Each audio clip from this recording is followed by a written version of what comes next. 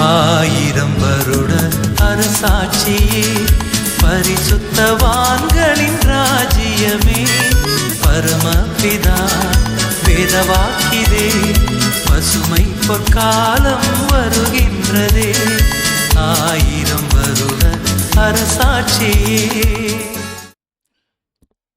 கிறிஸ்து இயேசுவுக்குள் மிகவும் பிரியமாக அன்பாக அழைக்கப்பட்ட அன்புக்குரிய சகோதர சகோதரிகள் அனைவருக்கும் ஆண்டவராகிய இயேசு கிறிஸ்துவின் அன்பின் நாமத்தினாலும் பரமபிதாவாகிய தேவனுடைய அன்பின் நாமத்தினாலும் உங்கள் அனைவருக்கும் அன்பின் வணக்கங்களையும் வாழ்த்துக்களும் இந்த வேளையில் தெரிவித்துக் கொள்கின்றோம். விசேஷமாக நமது பிதாவாகிய தேவன் நமது வாழ்நாளிலே ஒரு நாளை சேர்த்து கொடுத்து இந்த நாளிலும் கூட தேவ கிருபையினால் நம்ம சகோதர சகோதரிகளாக இந்த புதன்கிழமை மாலை பொழுதில் ஒன்று கூடி வந்து நாம் சர்வ வல்லமையுள்ள தேவனை நாம் தொழுது கொள்ளவும் அவருடைய மேலான சத்தியங்களை நாம் தியானிக்கவும் தேவன் இரக்கம் பாராட்டி நம் அனைவரையும் இப்படியாக இங்கு கூட்டி சேர்த்திருக்கிறார். ஆகவே பிதாவாகிய தேவனுக்கு அன்பின் கர்த்தர் இயேசு கிறிஸ்து மூலமாக நன்றிகளையும் துதிகளையும் சோத்திரங்களையும் நாம் எடுத்துக்கொண்டு இந்த நாளுக்குண்டான பாடத்துக்குள் நாம் இப்பொழுது கடன் செல்ல அன்புக்குரிய சகோதர நம்ம ஒவ்வொரு வாரமும் புதன்கிழமை தோறும் கர்த்தர் இயேசு கிறிஸ்துவோட 1000 வருட அரசாட்சி குறித்ததான பாடங்களை நம்ம தொடர் ஸ்டடியாக நம்ம தியானித்து கொண்டு வருகிறோம். அந்த வகையில் கடந்த வாரங்களில் சகரியா கண்ட தரிசனங்கள், அவர் ஒரே இரவில் 8 தரிசனங்களை பார்ப்பார். அந்த தரிசனங்களை குறித்து தான் நம்ம இந்த நாளில் ஒவ்வொரு வாரமாக நான் தியானிச்சுட்டு வரோம். அதில் அன்புக்குரிய சகோதரர்கள் அதுவும் 6 வருட அரசாட்சி கூட எப்படி வந்து அது ஒற்று போகிறது அப்படிங்கிற பாடத்தை நம்ம தொடர்ந்து தியானிக்க போகிறோம். அப்போ அன்புக்குரிய சகோதரர்கள் கடந்த வாரத்தில் நம்ம வந்து சகரியா கண்ட தரிசனத்தில் எத்தனாவது தரிசனம் பார்த்தோம்? 5வது தரிசனம் சகரியா கண்ட குத்து விளக்கு தரிசனத்தை பார்த்தோம். அப்போ அன்புக்குரிய சகோதரர்கள் இந்த நாளிலும் கூட கிங்டம் ஆஃப் காடில் இன்றைக்கி 55வது வாரம் நாம் பார்க்க போகிறோம். 1000 வருட அரசாட்சி குறித்ததான பாடத்தில் இன்றைக்கி 55வது பாடத்தை தியானிக்க போகிறோம். கர்த்தர் இயேசு கிறிஸ்து 1000 வருட அரசாட்சி இந்த பூமியில் நடக்குது அப்படிங்கிறதுக்கான எவிடன்ஸ் தான் நம்ம ஒவ்வொரு வாரம் தியானிச்சுட்டு இருக்கிறோம். அந்த வகையில் நாம் இன்றைக்கி பார்க்க போகிற ஒரு பாடம் தான் சகரியா கண்ட தரிசனத்தில் அடுத்த தரிசனம், 6வது தரிசனமாக நம்ம பார்க்க போகிறது பறக்கிற ஒரு புஸ்தக சுருள். பறக்கிற ஒரு புஸ்தக சுருள் அப்படிங்கிற ஒரு தலைப்பின் கீழாக பாடத்தை நம்ம தியானிக்க போகிறோம். ஃப்ளையிங் ஸ்காரல் அப்படிங்கிற தலைப்பில். இப்போ இந்த தரிசனத்தை கூட நம்ம சகரியா பார்க்குறாரு. சகரியா புஸ்தகத்தில் 5ஆம் அதிகாரத்தில் 1வது வசனம். நான் திரும்பவும் என் கண்களை ஏறெடுத்து பார்க்கையில் இதோ பறக்கிற ஒரு புஸ்தக சுருளை கண்டேன். பாருங்க, சகரியா சொல்றாரு பாருங்க, நான் திரும்பவும் என் கண்களை ஏறெடுத்து பார்க்கணும். அப்போ முதல்ல வந்து 5வது தரிசனம் பார்த்துட்டு இருக்காரு. சகரியா கண்ட குத்து விளக்கு பார்த்துட்டு இருக்காரு. இப்போ மீண்டும் சொல்றாரு, அடுத்தது ஆரம்பிக்கும் போது நான் திரும்பவும் அப்படிங்கிறாரு. அப்போ அந்த குத்து விளக்கு தரிசனம் முடிஞ்சிச்சு. அதுக்கு அடுத்து சொல்றாரு, நான் திரும்பவும் என் கண்களை நான் ஏறெடுத்து பார்க்கையில், அடுத்த மறுபடியும் பார்க்குறாரு. தொடர்ந்தது இதோ பறக்கிற ஒரு புஸ்தக சுருளை கண்டேன் அப்படிங்கிறார். இப்போ அடுத்த தரிசனம் என்ன பார்க்குறாருன்னா, பறக்கிற ஒரு புஸ்தக சுருள். அந்த புஸ்தக சுருள் பறந்து போகுது. அந்த மாதிரி ஒரு தரிசனத்தை தான் வந்து சகரியா வந்து பார்க்குறாரு. இப்போ அதை பார்த்துட்டு இருக்கும்போது தூதன் கேட்குறாரு. 2ஆம் வசனம், சகரியா 5ஆம் அதிகாரம் 2வது வசனம். தூதன் நீ காண்கிறது என்னவென்று கேட்டார். பறக்கிற ஒரு புஸ்தக சுருளை காண்கிறேன், அதன் நீளம் 20 முழமும் அதன் அகலம் 10 முழமுமாய் இருக்கிறது என்றேன். பாருங்க, இப்போ அந்த தூதன் வந்து நீ என்ன பார்க்குறேன்னு கேட்குறாரு. அப்போ சகரியா சொல்றாரு, பறக்கிற ஒரு புஸ்தக சுருளை நான் வந்து பார்க்குறேன். அதனுடைய நீளம் சொல்றாரு 20 முழம் நீளமாக இருக்கு, அகலம் வந்து 10 முழ அகலமாக இருக்குது அப்படின்னு சொல்றாரு. அப்போ இந்த மாதிரி ஒரு பறந்து போகிற புஸ்தக சுருளை தான் வந்து சகரியாவுக்கு தேவன் தரிசனமாக காமிக்கிறார். அவர் வந்து அந்த தரிசனத்தை பார்க்குறாரு. தூதனும் அங்கே அருகில் நிற்கிறார். அருகில் நின்று என்னன்னு கேட்குறார். நீ என்னப்பா பார்க்குறேன்னு கேட்குறாரு. அதுக்கு சகரியா சொல்கிறாரு, நான் ஒரு பறக்கிற ஒரு புஸ்தக சுருளை பார்க்குறேங்கிறார். சரி, அதுக்கடுத்து தூதன் சொல்கிறாரு, சகரியா 5ஆம் அதிகாரம் 3வது வசனம். அப்பொழுது அவர், இது பூமியின் மீதெங்கும் புறப்பட்டு போகிற சாபம், எந்த திருடனும் அதன் ஒரு புறத்தில் இருக்கிறதின்படியே அழிக்கப்பட்டு போவான், ஆணையிடுகிற எவனும் அதன் மறுபுறத்தில் இருக்கிறதின்படியே அழிக்கப்பட்டு போவான். அன்புக்குரிய சகோதரர்களே, ஒரு அருமையான தீர்க்கதரிசனத்தை தான் தேவன் வந்து அங்கே சகரியா மூலமா நமக்கு வெளிப்படுத்திட்டு இருக்கார். இப்போ அவர் சொல்றாரு, இந்த தூதன் இது பூமியின் மீது எங்கும் புறப்பட்டு போகிற சாபம்ங்கிறார். இந்த பறந்து போகிற புஸ்தக சுருள் என்ன பார்க்குறேன்னு கேட்குறாரு. நான் பறக்கிற ஒரு புஸ்தக சுருளை பார்க்குறேன்னு சொல்கிறாரு. அதுக்கு தூதன் சொல்கிறாரு, இது பூமியின் மீது எங்கும் புறப்பட்டு போகிற ஒரு சாபம், எந்த திருடனும் இதனுடைய ஒரு புறத்தில் இருக்கிறபடியே, ஏன்னா அவனா அழிக்கப்பட்டு போவானா, இதனுடைய ஒரு புறத்தில் இருக்கக்கூடிய பிரகாரமாக எந்த திருடனும் அழிக்கப்பட்டு போயிடுவாங்கிறாரு. அப்போது இந்த புத்தகத்தில் இருக்கக்கூடிய ஒரு புறத்தில் இருக்கிற பிரகாரமாக எந்த திருடனும் அழைக்கப்பட்டு போவான்னு வசனம் சொல்லுது. அதுக்கடுத்தது ஆணையிடுகிற எவனும் அதன் மறுபுறத்தில் இருக்கிறபடி அழைக்கப்பட்டு போவானா. அப்போ அந்த புத்தகத்துக்கு நம்ம 2 புறம் இருக்குது அப்படிங்கிறது நம்ம இதிலிருந்து தெரிஞ்சுக்கிறோம். அதாவது பார்க்குறோம், எந்த திருடனும் அதன் ஒரு புறத்தில் இருக்கிறபடி அழைக்கப்பட்டு போவான். எந்த திருடனும். அப்போ திருடர்களுக்கு எல்லாருமே அழி வருமா அப்படிங்கிற மாதிரி நம்ம எடுத்துக்கொள்ளக்கூடாது. எந்த திருடனும் அதனுடைய ஒரு புறத்தில் இருக்கிறபடி அழைக்கப்பட்டு போயிடுவான்.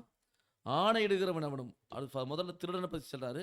ரெண்டாவது வந்து ஆணையிடுகிறவன் அவனும் அதன் மறுபுறத்தில் எழுதியிருக்கிறபடி, அவருடைய இன்னொரு புறத்தில் எழுதியிருக்கிற பிரகாரமாக அவனும் அழைக்கப்பட்டு போயிடுவாங்கிறார். அப்போ என்ன சொல்ல வரார் இந்த தரிசனத்தின் மூலமாக?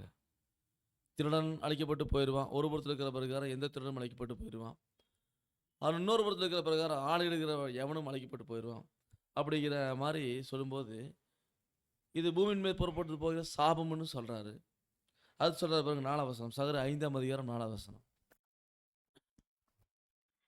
அது திருடன் வீட்டிலும் என் நாமத்தை கொண்டு பொய்யானை இடுகிறவன் வீட்டிலும் வந்து அவனவன் வீட்டின் நடுவிலே தங்கி அதை அதன் மரங்களோடும் அதன் கல்லுகளோடும் கூட நிர்மூலமாக்கும்படி அதை புறப்பட்டு போக பண்ணுவேன் என்று சேனைகளின் கர்த்தர் சொல்லுகிறார். இப்பதான் தேவன் என்ன சொல்ற வர்றாருன்னா, அது வந்து அந்த புத்தகம் அது திருடன் வீட்டிலும் எங்க வருதா, அந்த புத்தகம் திருடன் வீட்டிலும் என் நாமத்தை கொண்டு, என்னுடைய நாமத்தை கொண்டு பொய்யான இடுகிறான் பாரு, அவனுடைய வீட்டிலும் வந்து அவனவன் வீட்டின் நடுவில் தங்கி, அவனவன் வீட்டினுடைய நடுவில் தங்கி அதை அதன் மரங்களோடும் அதன் கல்லுகளோடும் கூட நிர்மூலமாக்கிடுங்கிறார், அழிச்சு போடுங்கிறார்.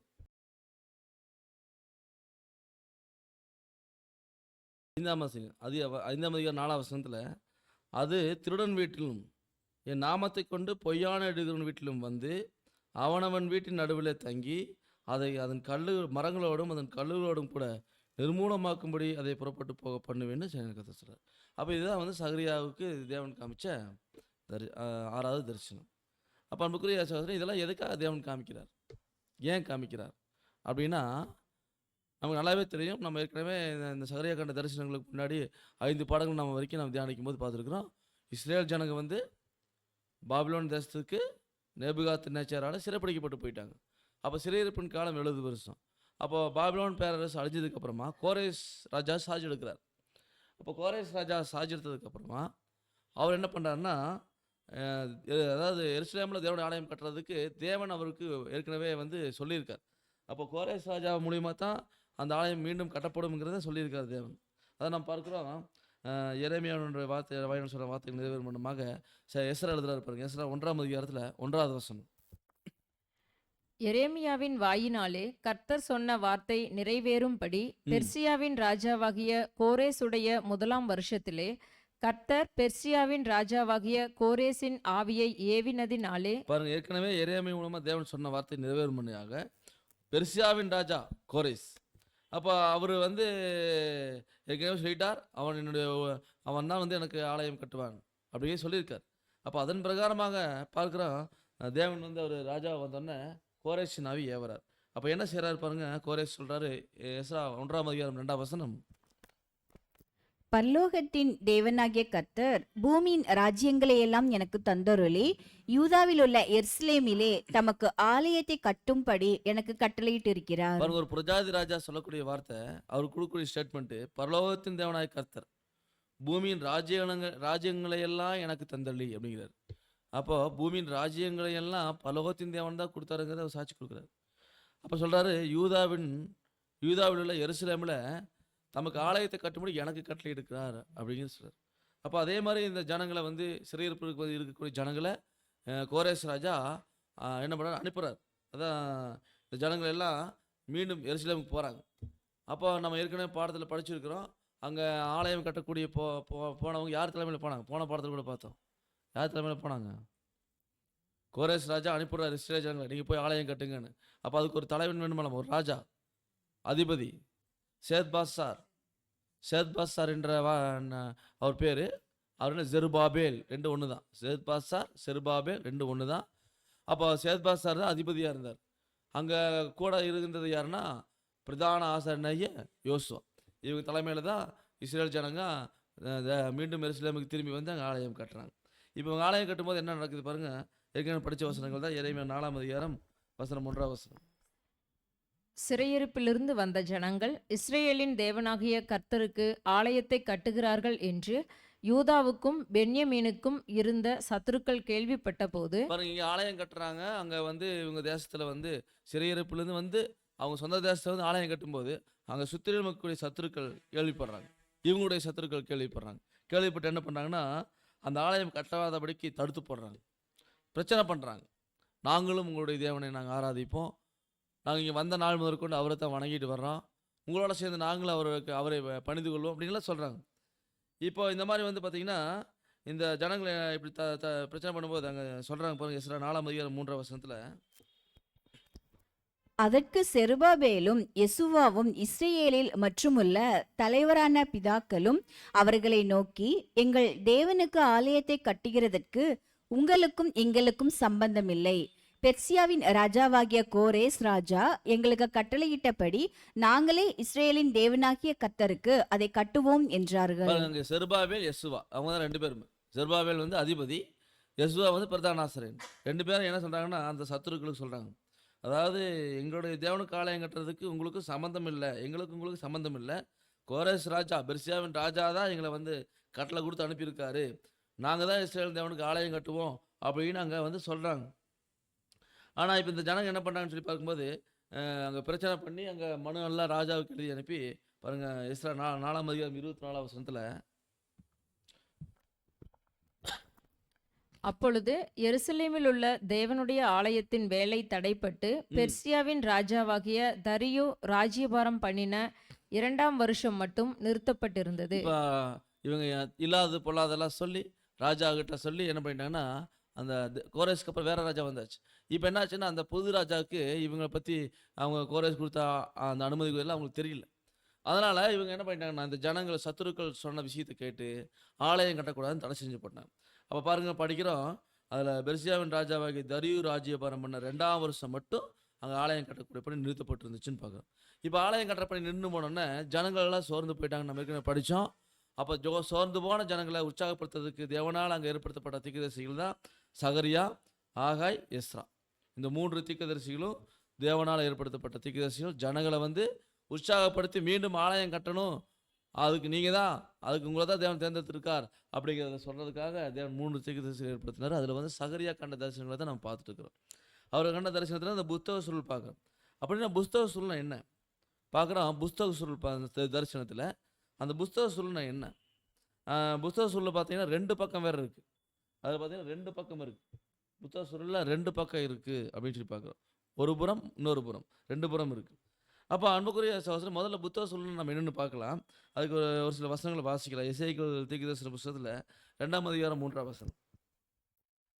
அவர் என்னை நோக்கி, மனுபுத்திரனே, எனக்கு விரோதமாய் எழும்பின கலகக்கார ஜாதியாகிய இஸ்ரவேல் புத்திரரிடத்திற்கு நான் உன்னை அனுப்புகிறேன். அவர்களும் அவர்கள் பிதாக்களும் இந்நாள் வரைக்கும் எனக்கு விரோதமாய் துரோகம் செய்தார்கள். பாருங்க, இப்போ எசேக்கியேலுக்கு தேவன் காமிக்கிற ஒரு தரிசனத்தில் அதில் சொல்கிறாரு, நான் வந்து உன்னை வந்து இஸ்ரவேல் புத்திரத்துக்கு அனுப்புறேங்கிறார். சொல்கிறார் பாருங்க, கலகக்கார ஜாதியாகிய இஸ்ரவேல் புத்திரருடைய வீட்டுக்கு இடத்துக்கு நான் உன்னை அனுப்புகிறேன், அவர்கள் எனக்கு விரோதமாக இந்நாள் வரைக்கும் துரோகம் பண்ணிட்டு இருக்கிறாங்கிறார். எசேக்கியேல் கிட்ட தேவன் சொல்கிறார். அப்போ அடுத்து சொல்கிறாரு, அதில் 4ஆம் வசனம், எசேக்கியேல் 2ஆம் அதிகாரம் 4ஆம் வசனம். அவர்கள் கடின முகமும் முரட்டாட்ட இருதயமுள்ள புத்திரர், அவர்களிடத்திற்கு நான் உன்னை அனுப்புகிறேன், கர்த்தராகிய ஆண்டவர் இன்னினதை உரைக்கிறார் என்று அவர்களுடைய சொல்லு. பாருங்க, இந்த ஜனங்கள் எப்பேற்பட்ட ஜனங்கள்னு தேவன் சொல்றார். கடின முகம், முரட்டாட்டமுள்ள இருதயம், இந்த மாதிரி ஜனங்களுக்கு நான் உன்னை அனுப்புகிறேன், ஆனால் நீ போய் நான் சொல்கிறத நீ அங்கே சொல்லிடு அப்படிங்கிறார். இப்போ எசேக்கியேலுக்கு ஒரு பயம் இருக்குது. அதனால் தேவன் சொல்கிறாரு, எசேக்கியேல் 2ஆம் அதிகாரம் 6ஆம் வசனத்தில், மனுபுத்திரனே, நீ அவர்களுக்கு பயப்பட வேண்டாம், அவர்கள் வார்த்தைகளுக்கும் அஞ்ச வேண்டாம். பாருங்க, அதாவது நீங்கள் அந்த எசேக்கியேலுக்கு அவங்ககிட்ட போய் சொல்கிறதுக்கு ஏன்னா அவங்க கடின முகம் முரட்டாட்டம் உள்ள ஜனம். அப்போ இந்த ஜனங்க மத்தியில் போய் தேவனுடைய வார்த்தைகளை சொல்லும்போது அவங்க என்ன வேணாலும் பண்ணலாம். ஆனால் நீ எசேக்கியேல் பயப்படும் போது சொல்கிறாரு தேவன், நீ பயப்பட வேண்டாம், அவர்கள் வார்த்தைகளுக்கு நீ அஞ்ச வேண்டாம் அப்படிங்கிறார். ஏன்னா அவங்க எப்படி இருக்கிறாங்களா, நெருஞ்சில்கள் போல இருக்கிறாங்களா, முள்ளுகளை போல இருக்கிறாங்களா, தேள்கள், அப்போ அந்த மாதிரி அவங்க இருக்கிறாங்க. அதனால் வந்து நீங்கள் வந்து நீ வந்து அவர்களுக்கு பயப்படாத, அவர்கள் முகத்துக்கு கலங்காமலும் இரு அப்படின்னு தேவன் சொல்கிறார். அடுத்து சொல்கிறாரு, எசேக்கியேல் 2ஆம் அதிகாரம் 7வது வசனம். கலகக்காரராகிய அவர்கள் கேட்டாலும் சரி கேளாவிட்டாலும் சரி, நீ என் வார்த்தைகளை அவர்களுக்கு சொல்லு. பாருங்க, அவங்க கேட்டாலும் சரி கேட்காட்டும் சரி, அந்த கலக்க வீட்டாராகிய இஸ்ரவேல் ஜனங்க கேட்டாலும் சரி கேட்காட்டும் சரி, நீ அவங்களுக்கு சொல்ல வேண்டி சொல்லியிருங்கிறார். அதுதான் சொல்றாரு. அடுத்தது, மனுபுத்திரன், நீ அந்த கலக்கை விட்டாரை போல கலக்கக்காரன் இராதேங்கிறார் எசேக்கியேல் கிட்ட. அந்த கலக்கை விட்டாரை போல நீ கலக்கம் பண்ணிடாத, நான் உன்னோட சொல்லுகிறத கேளு, உன் வாயை திறந்து நான் உனக்கு கொடுக்கறதை புசிங்கிறார். இப்போ எசேக்கியேல் கிட்ட இப்போ தான் சொல்றாரு, நான் உன் வாயை திறந்து நான் உனக்கு கொடுக்கறது நீ புசிங்கிறார். என்ன கொடுக்க போறார் தேவன் எசேக்கியேலுக்கு? நான் வாயை தரோம், நான் கொடுக்கறத புசிங்கிறார். என்ன கொடுக்குறாருன்னு பார்க்கலாம். எசேக்கியேல் 2ஆம் அதிகாரம் 9வது வசனம். மனுபுத்திரனே, நீ அந்த கலக வீட்டாரை போல கலகக்காரனாயிராமல் நான் உன்னோடே சொல்லுகிறதை கேள், உன் வாயை திறந்து நான் உனக்கு கொடுக்கிறதை புசி என்றார். 2ஆம் முறையும் சொல்றாரு, அவங்கள மாதிரி இருந்துடாத, நான் கொடுக்கறது நீ புசி அப்படிங்கிறார். அப்போ என்ன கொடுக்குறாருன்னு பார்க்கும்போது 10வது வசனம், எசேக்கியேல் 2ஆம் அதிகாரம் 10வது வசனம். அவர் அதை எனக்கு முன்பாக விரித்தார். பாருங்க, அவர் அதை எதை அப்படின்னா புத்தக சுருள் தான் எனக்கு முன்பாக விரிக்கிறார். அந்த காலத்துலலாம் வந்து புத்தக சுருள் எப்படி இருக்கும்னா, இன்னைக்கு நம்ம வந்து இந்த மாதிரி பேப்பரில் எழுதி நம்ம பயன்படுத்துகிறோம். அந்த காலங்களில் என்ன பண்ணாங்கன்னா தோல் சுருள் தான். அந்த காலங்களில் அழியாமல் இருக்கணும்னா தோல் சுருளில் தான் எழுதி பாதுகாத்து வச்சுருந்தாங்க. அப்போ அந்த புத்தக சுருள் என்பது அந்த காலத்தில் வந்து சுருட்டி வச்சுருப்பாங்க. அப்போ அன்னைக்கு எழுதின மெத்தட் வந்து புத்தகம் வந்து இந்த வார்த்தைகள் எல்லாம் என்ன பண்ணுவாங்கன்னா, முக்கியமான விஷயங்களை தோல் சுருளை எழுதி வச்சுருப்பாங்க. இப்போ என்ன பண்ணுறாருன்னா, அதை வந்து எனக்கு முன்பாக விரிக்கிறார், புத்தக சுருளை விரிக்கிறார். அது எப்படி இருக்குன்னு பாருங்கள். அதில் உள்ளும் புறம் எழுதப்பட்டிருக்கு. அது உள்ளும் புறமும் எழுதப்பட்டிருக்கு. அதில் என்ன எழுதப்பட்டிருக்குன்னா, புலம்பல்களும் தவிப்பும் ஐயோ என்பதும் எழுதியிருக்குது. அப்போ அந்த புத்தக சுருளில் எழுதப்பட்டிருக்கிற விஷயங்கள் புலம்பல்களும் தவிப்பும் ஐயோ அப்படிங்கிறது. அப்படின்னா என்ன அர்த்தம்? புலம்பல் தவிப்பு ஐயோனா அங்கே எங்கேயும் ஒரு ஆசீர்வாதம் இல்லாத மாதிரி தான் இருக்குது. அங்கே பார்க்கும்போது அங்கே ஒரே புலம்பலும் தவிப்பும் ஐயோமா அதில் எழுதப்பட்டிருக்குது அப்படிங்கிறார். இப்போ அதைத்தான் வந்து புசிக்க சொல்கிறார். அதான் எசேக்கியேல் 3ஆம் அதிகாரத்தில் 1ஆம் வசனம். பின்பு அவர் என்னை நோக்கி, மனுபுத்திரனே, நீ காண்கிறதை புசி, இந்த சுருளை நீ புசித்து இஸ்ரவேல் சந்ததியார் இடத்தில் போய் அவர்களோட பேசு என்றார். பாருங்க, நீ காண்கிறத புசின்றார். என்ன பார்க்குறாருன்னா புத்தக சுருளை தான் பார்க்குறாரு. அப்போ இந்த சுருளை நீ புசித்து நீ என்ன பண்ணுன்னா இஸ்ரவேல் சந்ததியார் இடத்துல நான் என்ன சொல்கிறேன்னு அதை போய் சொல்லுங்கிறார். அதே மாதிரி பாருங்க, அந்த எசேக்கியேலுக்கு அந்த புஸ்தகத்தை முன்னாடி காமிக்கிறார், அதை வந்து சாப்பிட சொல்கிறார். இப்போ என்ன பண்ணாருன்னா எசேக்கியேல் வந்து இது மாதிரி வாயை திறந்து அந்த புத்தக சுருளை சாப்பிட்றார். எசேக்கியேல் 3ஆம் அதிகாரம் 2வது வசனம். அப்படியே என் வாயை திறந்தேன், அப்பொழுது அவர் அந்த சுருளை எனக்கு புசிக்க கொடுத்து. பாருங்க, ஒரு வாயை திறக்கும் பொழுது தேவன் அந்த புத்தக சுருளை எசேக்கியேலுக்கு புசிக்க கொடுக்குறார். இப்போ அவர் என்ன பண்ணுறாருன்னா அந்த புத்தக சுருளை உட்கொள்கிறார். அதான் சொல்கிறாரு எசேக்கியேல் 3ஆம் அதிகாரம் 3ஆம் வசனத்தில், மனுபுத்திரனே சொல் பாசிங்க. மனுபுத்திரனே, நான் உனக்கு கொடுக்கிற இந்த சுருளை நீ உன் வயிற்றிலே உட்கொண்டு அதனால் உன் குடல்களை நிரப்புவாயாக என்றார். அப்பொழுது நான் அதை புசித்தேன், அது என் வாய்க்கு தேனை போல் தித்திப்பாய் இருந்தது. ஆமாம், அந்த புத்தக சுருளை சாப்பிடும்போது பாருங்க எப்படி தேன் மாதிரி தித்திப்பாக இருக்குது அப்படிங்கிறார். அப்போ அன்புக்குரிய சகோதரர், இங்கே மாதிரி இதை தான் நீ வந்து சாப்பிட்டு நீ வந்து நான் சொல்கிறத போய் சொல்லுங்கிறார். புத்தக சுருளை சாப்பிட்டார் எசேக்கியேல். அப்போ அங்கே இஸ்ரவேல் ஜனங்கிட்ட போய் சொல்கிறார். என்ன சொல்கிறாருன்னு சொல்லி பார்க்கும்போது எசேக்கியேல் 3ஆம் அதிகாரம் 18ஆம் வசனத்தில் வாசிங்க. சாகவே சாவாய் என்று நான் துன்மார்க்கனுக்கு சொல்லுகையில், நீ துன்மார்க்கனை தன் துன்மார்க்கமான வழியில் இராதபடிக்கு எச்சரிக்கும்படியாகவும் அவனை உயிரோடே காக்கும்படியாகவும் அதை அவனுக்கு சொல்லாமலும் நீ அவனை எச்சரிக்காமலும் இருந்தால் அந்த துன்மார்க்கன் தன் துன்மார்க்கத்திலே சாவான், அவன் இரத்த பழியையோ உன் கையிலே கேட்பேன். இஸ்ரவேல் ஜனம் கலக்க விட்டாரா இருக்கிறாங்க, துன்மார்க்கமா இருக்கிறாங்க. அவங்ககிட்ட போய் தேவன் சொல்லக்கூடிய விஷயத்த அந்த புத்தக சுருளை சாப்பிட்டார். அப்போ புத்தக சுருளை சாப்பிட்டு புசிச்சதுக்கு அப்புறமா அதை போய் சொல்றார். அப்போ அவர் படித்த விஷயங்களை, அதாவது சாப்பிட்றது அந்த உட்கொண்டதை போய் அங்கே சொல்றார். அவங்க துன்மார்க்கத்தில் இருக்கிறாங்க, அவங்க தங்களோட வழிகளை விட்டு திரும்பணும் சொல்லுங்கிறாரு. ஆனால் சொல்ல வேண்டிய சொல்லிடு, அவங்க திருந்தினாலும் சொல்ல வேண்டிய சொல்லிடுங்கிறார். அடுத்த வசனத்துக்கு கூட சொல்றாரு 19 வசனத்தில், நீ துன்மார்க்கனை எச்சரித்தும் அவன் தன் துன்மார்க்கத்தை ஆகாத வழியை விட்டு திரும்ப போவான் ஆகில அவன் தன் துன்மார்க்கத்தை சாவான், நீயோ வேண்டாம் அவன் உண்ணாத்தமாக தப்பிப்பேன். அப்போ நீ என் ஊழியக்காரனாக்கிறேன், நான் சொல்ல வேண்டியது சொல்லிடு. அவன் சொல்லியும் கேட்கலன்னா அதை அவனுக்குரிய பலன் அவன் அனுபவிச்சுக்குவான். ஆனால் நீ உண்டாத்தமாக தப்பி வைக்கணும்னா நான் சொல்ல வேண்டியது சொல்லு அப்படிங்கிறார். அப்போ அன்புக்குரிய சகோதரர், அங்கே வந்து புத்தக சுருள் என்பது பாருங்க, அந்த இஸ்ரவேல் ஜனங்களுக்கு தேவன் கொடுக்கக்கூடிய வார்த்தைகள் தான், அவருடைய வசனங்கள் தான். அதைத்தான் சொல்றாரு. இன்னொரு வசனம் கூட வாசிக்கலாம். சங்கீதம் 40:6. பலியையும் காணிக்கையையும் நீர் விரும்பாமல் என் செவிகளை திறந்தீர், சர்வாங்க தகன பலியையும் பாவ நிவாரண பலியையும் நீர் கேட்கவில்லை. அடுத்த வசனம் சங்கீதம் 47. அப்பொழுது நான் இதோ வருகிறேன், புஸ்தக சுருளில் என்னை குறித்து எழுதி இருக்கிறது. இப்போ இந்த வார்த்தை யார் சொல்லக்கூடிய வார்த்தை? இது கர்த்தராகிய இயேசு கிறிஸ்து அவர் முதல் வருகை பிறக்கிறதுக்கு முன்னாடியே தீர்க்கதரிசனமாக சொல்லப்பட்ட வார்த்தை. இதோ நான் இதோ வருகிறேன், புத்தக சுருள் என்னை குறித்து எழுதியிருக்கிறது. அப்போ புத்தக சுருளில் என்னை குறித்து எழுதியிருக்கிறது. அப்போ புத்தக சுருள் என்பது சொல்றார் ஆண்டவர் இயேசு கிறிஸ்துவை குறித்து பரிசுத்த வேதாகமத்தில் தேவன் என்ன பண்ணியிருக்கார், ஒரு வார்த்தைகள் மூலமாக எழுதி வச்சிருக்கார். அப்போ அதான் சொல்றாரு, ஆண்டவர் சொல்றாரு சங்கீதம் 48. என் தேவனே, உமக்கு பிரியமானதை செய்ய விரும்புகிறேன், உமது நியாயப்பிரமாணம் என் உள்ளத்திற்குள் இருக்கிறது என்று சொன்னேன். இப்போ பாருங்க, ஆண்டவருடைய வார்த்தைகளை பார்க்கும்போது தீர்க்கதரிசனமா சொல்றாரு, என் தேவனே உமக்கு பிரியமானதை செய்ய விரும்புகிறேன்.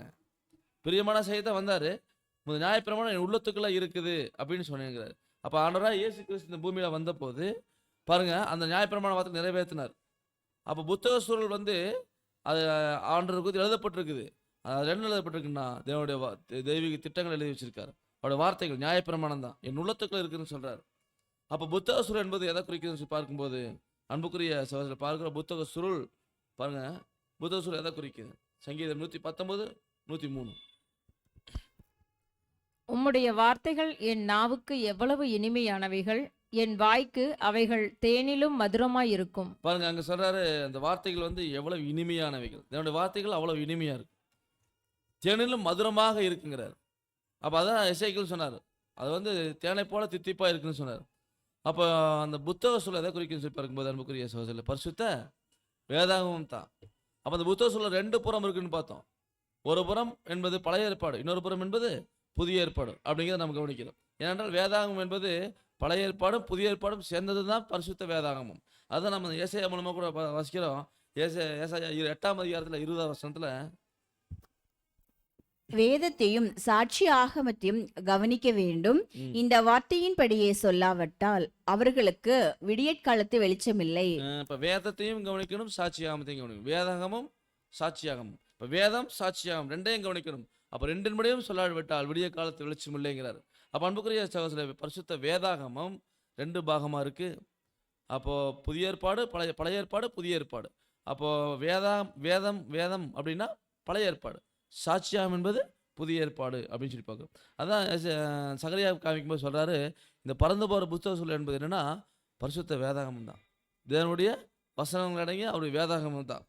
அதான் சொல்றாரு சகரியா 5ஆம் அதிகாரத்தில் 3ஆம் வசனத்தில், அப்பொழுது அவர், இது பூமியின் மீதெங்கும் புறப்பட்டு போகிற சாபம், எந்த திருடனும் அதன் ஒரு புறத்தில் இருக்கிறதின்படியே அழிக்கப்பட்டு போவான், ஆணையிடுகிற எவனும் அதன் மறுபுறத்தில் இருக்கிறதின்படியே அழிக்கப்பட்டு போவான். இது அந்த பறந்து போகிற புத்தக சூழல் சொல்றாரு, இது பூமி எங்கும் புறப்பட்டு போகிற சாபம் அப்படிங்கிறார். எந்த திருடனும் அது ஒரு புறத்தில் இருக்கிற பிறகு அழிக்கப்பட்டு போயிடுவான், ஆணையிடுகிற எவனும் அவனோட மறுபுறத்தில் இருக்கிற பிறகு அழிக்கப்பட்டு போயிடுவான்னு சொல்லி. அப்போ ஒரு புறத்தில் இருக்கிற பிரகாரம் திருடன் அழைக்கப்பட்டு போயிடுவான், ஒரு புறத்தில் இருக்கிற பிரகாரம் ஆணையிடுகிறவன் அழைக்கப்பட்டு போயிடுவான் அப்படின்னு சொல்லப்படுது. அப்போ திருடன் யாரு, ஆணையிடுகிறவன் யாரு? ஒரு புறத்தில் இருக்கிற பிரகாரம் திருடன் அழைக்கப்பட்டு போவான், அவனோட மறுபுறத்தில் இருக்கிற பிரகாரம் ஆணையிடுகிறவன் அழைக்கப்பட்டு போயிடுவான். அப்போ திருடன் யார் அப்படின்னு நம்ம கண்டுபிடிக்கணும், ஆணையிடுகிறவன் யாருன்னு கண்டுபிடிக்கணும். அப்போ அன்புக்குரிய சகோதரர் ஹோலி பைபிள் பரிசுத்த வேதாகமம் பாருங்க, பழைய ஏற்பாடு புதிய ஏற்பாடு 2 பாகமாக இருக்குன்னு பார்க்குறோம். அதில் ஒரு புறத்தில் இருக்கிற பிரகாரம் எந்த திருடனும் அவன் ஒரு புறத்தில் இருக்கிற பிரகாரம் அழைக்கப்பட்டு போயிடுவான்னு பார்க்குறோம். அப்போது ஒரு புறத்தில் என்ன இருக்குது அப்படின்னு சொல்லி பார்க்கும்போது பார்க்குறோம், பழைய ஏற்பாடு அந்த முதல் பாகத்தை எடுத்துக்கலாம். அதில் என்ன எழுதப்பட்டிருக்குது, நியாயப்பிரமாணம் எழுதப்பட்டிருக்கு. பழைய ஏற்பாட்டில் யாரை பற்றியாலும் எழுதப்பட்டிருக்கு, பிதாவாகிய தேவனை பற்றி எழுதப்பட்டிருக்கு. அப்புறம் கிறிஸ்து. அப்போ அடுத்த சைடில் பார்க்குறோம், சாத்தானை பற்றி பழைய ஏற்பாட்டில் எழுதப்பட்டிருக்குது. நம்ம ஆண்டவராகிய இயேசு கிறிஸ்துவை பற்றியும் அவர் வார்த்தையாக இருந்து அவர் செஞ்சக்கூடிய வேலைகள் அதை குறித்து எழுதப்பட்டிருக்குது. அதுக்கு அடுத்தது இஸ்ரேல் ஜனங்க, அதிகமாக பழைய ஏற்பாடு முழுவதுமே அவங்க தான் இருக்கிறாங்க. அப்போ பார்க்குறோம் அன்புக்குரிய சகோதரர், ஒரு புறத்தில் இருக்கிற பிரகாரம் எந்த திருடனும் அதன் ஒரு புறத்தில் இருக்கிற பிரகாரம் அழைக்கப்பட்டு போயிடும் அப்படின்னு சொல்லி பார்க்குறோம். அப்போ இதில் யார் திருடன்? யார் திருடன்? இஸ்ரேல் ஜனங்களா, சாத்தானா? பார்க்கலாம். யோவான் 10ஆம் அதிகாரத்தில் 1ஆம் வசனம். மெய்யாகவே மெய்யாகவே நான் உங்களுக்கு சொல்லுகிறேன், ஆட்டுத் தொழுவத்துக்குள் வாசல் வழியாய் பிரவேசியாமல் வேறு வழியாய் ஏறுகிறவன் கள்ளனும் கொள்ளைக்காரனுமாய் இருக்கிறான். அப்போ யாருமே வாசல் வழியில் வந்தா நல்லவன் அர்த்தம். செவரேறி கூச்சி வந்தா அவங்க யாரு? கள்ளனும் கொள்ளைக்காரனுமா இருக்கிறான். வாசல் வழியாய் பிரவேசியாம வேறு வழியா வந்தா என்ன அர்த்தங்க? அவங்க வந்து கள்ளனும் கொள்ளைக்காரனுமா இருக்கிறான்னு சொல்லி பார்க்குறோம். அப்போ பார்க்குறோம் அன்புக்குரிய சகோதரர், ஆட்டு தொழுவத்துக்குள்ள. அப்போ ஆட்டு தொழுவத்துக்குள்ள வரணும்னா வாசல் வழியாக தான் வரணும் அப்படிங்கிறார். அப்போ அந்த வாசல் வழியாக வராமல் வேற வழியாக வரவங்க யாருன்னா கள்ளனும் கொள்ளைக்காரனுமா இருக்கிறான்னு சொல்லி பார்க்குறோம். இன்னும் வாசல் குறித்து நம்ம பார்க்குறோம். அதாவது யோவான் 10ஆம் அதிகாரம் 7ஆவது வசனம். ஆதலால் இயேசு மறுபடியும் அவர்களை நோக்கி, நானே ஆடுகளுக்கு வாசல் என்று மெய்யாகவே மெய்யாகவே உங்களுக்கு சொல்லுகிறேன். பாருங்க, நானே ஆடுகளுக்கு வாசலுங்கிறார். அப்போ வாசல் யாருங்க? ஆண்டவராகிய இயேசு கிறிஸ்து தான் வாசல். ஆசிரியப்பு கூட பாடத்தில் நான் படிச்சுக்கிறோம். அதில் வாசல் யாருங்க? அதில் 3 வாசலும் யாருங்க? நம்ம ஆண்டவராகிய இயேசு கிறிஸ்து தான் வாசல். அவரை எல்லாமே யாருமே எங்கே போக முடியாது, பிதாவிடத்தில் வர முடியாது. அப்போ ஆண்டவர் இல்லாமல் யாரும் வர முடியாது. சொல்கிறார் மறுபடியும் நான் அவர் என்ன சொல்கிறார், ஆடுகளுக்கு நானே ஆடுகளுக்கு என்னவா இருக்கிறேன்? வாசலாக இருக்கு. நான் தான் ஆடுகளுக்கு வாசல். அப்போ அந்த தொழுவத்துக்குள்ள வரணும்னா ஆண்டவர் இயேசு கிறிஸ்து வழியாக தான் வர முடியுங்கிறத அவங்க மறந்துட்டாங்க. அப்போ யார் அந்த முன்னாடி வந்தவங்க அப்படின்னு சொல்லி பார்க்கும்போது அவங்க வந்து பார்த்தீங்கன்னா வேற வழியாக வந்தவங்க. ஆண்டவராக இயேசு கிறிஸ்து வழியாக வரல, வேற வழியாக வந்தவர்கள். அவங்க தான் கள்ளனும் கொள்ளைக்காரமாக இருக்கிறாங்க. பாருங்க, யோவான் 10ஆம் அதிகாரம் 8ஆம் வசனம். ஆண்டவர் அடுத்த வசனம் சொல்றாரு, எனக்கு முன்னே வந்தவர்கள் எல்லாரும் கள்ளரும் கொள்ளைக்காரருமாய் இருக்கிறார்கள், ஆடுகள் அவர்களுக்கு செவி கொடுக்கவில்லை. பாருங்க, எனக்கு முன்னாடி வந்தவங்க ஆண்டவர் இயேசு கிறிஸ்து அந்த இஸ்ரவேல் ஜனங்க மத்தியிலிருந்து பிறந்தார். எனக்கு முன்னாடி வந்தவங்க எப்படி இருக்கிறாங்க? கள்ளரும் கொள்ளைக்காரருமா இருக்கிறாங்கன்னு அவரே சொல்லிட்டார். அப்போ ஆண்டவருக்கு முன்னாடி வந்த இஸ்ரவேல் ஜனங்களை வந்து வழிநடத்த வந்தவங்க யாராரு?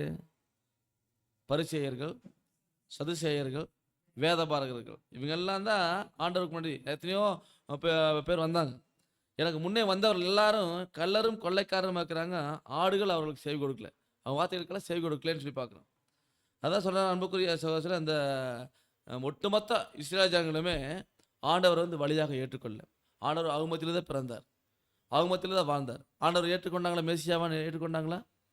என்ன சொன்னாங்க? ஆண்டவரை பேசப்படும் தலைவன் சொன்னாங்க. அப்புறம் என்ன சொன்னாங்க? ஆண்டவர் என்ன சொன்னாங்க? பாவிகளோட ஒன்றா புசிக்கிறாரு, பாவின்னு சொன்னாங்க. இப்படியாக வந்து ஆண்டவரை வந்து அப்படிதான் வந்து ஏற்றுக்கொள்ளவே இல்லை. அவர் வாசலுங்கிறது உணரவே கிடையாது. அதுக்கு முன்பாக எத்தனையோ தீர்க்கதரிசிகள் அனுப்பினார். மனுஷகுமாரனை பிறக்கிறதுக்கு முன்னாடி அவர் தான் அனுப்பினார். அவர்கள் செவி கொடுத்தாங்களா? கொடுக்கவே இல்லைன்னு சொல்லி பார்க்குறோம். அவதான் சொல்லி பார்க்குறோம், அந்த இஸ்ரவேல் ஜனங்க தான் அந்த திருடன் யாருன்னு சொல்லி பார்க்கும், இஸ்ரவேல் ஜனங்க தான். அதான் ரோமர் 9ஆம் அதிகாரத்தில் 4ஆம் வசனம் வாசிக்கிற அப்போஸ்தலன் பவுல் எழுதுறாரு, அவர்கள் இஸ்ரவேலரே, புத்திர சுவிகாரமும் மகிமையும் உடன்படிக்கைகளும் நியாயப்பிரமாணமும் தேவ ஆராதனையும் வாக்கு தத்தங்களும் அவர்களுடையவைகளே. பாருங்க, எல்லாமே அவங்களுக்கு தான். புத்திர சுவிகாரம், மகிமை, உடன்படிக்கை, நியாயப்பிரமாணம், தேவாரம் எல்லாம் தேவன் அவங்களுக்கு தான் கொடுத்தாரு. வாக்குத்தத்தங்கள் எல்லாம் அவங்களுடையது தான். ஆனால் அந்த ஜனங்க வந்து பார்த்தீங்கன்னா கேட்கவே கிடையாது. எல்லாத்தையும் பெற்றுக்கொண்டு தேவனுக்கும் கிறிஸ்துவுக்கும் அவர்கள் வந்து முதுகுத்தான் காமிச்சாங்கன்னு சொல்லி பார்க்குறோம். கர்த்தரா இயேசு கிறிஸ்து வாசல்னு அவங்க ஏற்றுக்கொள்ளன்னு சொல்லி பார்க்குறோம். அவரோட சத்தத்துக்கு செவி கொடுக்கல. அதான் ஆண்டவர் சொன்னார் யோவான் 10:27, அந்த ஆட்டு தொழுவும் ஆடுகளை பற்றி தான் பேசிட்டு வர்றாரு. அதுதான் சொன்னார் 10:27,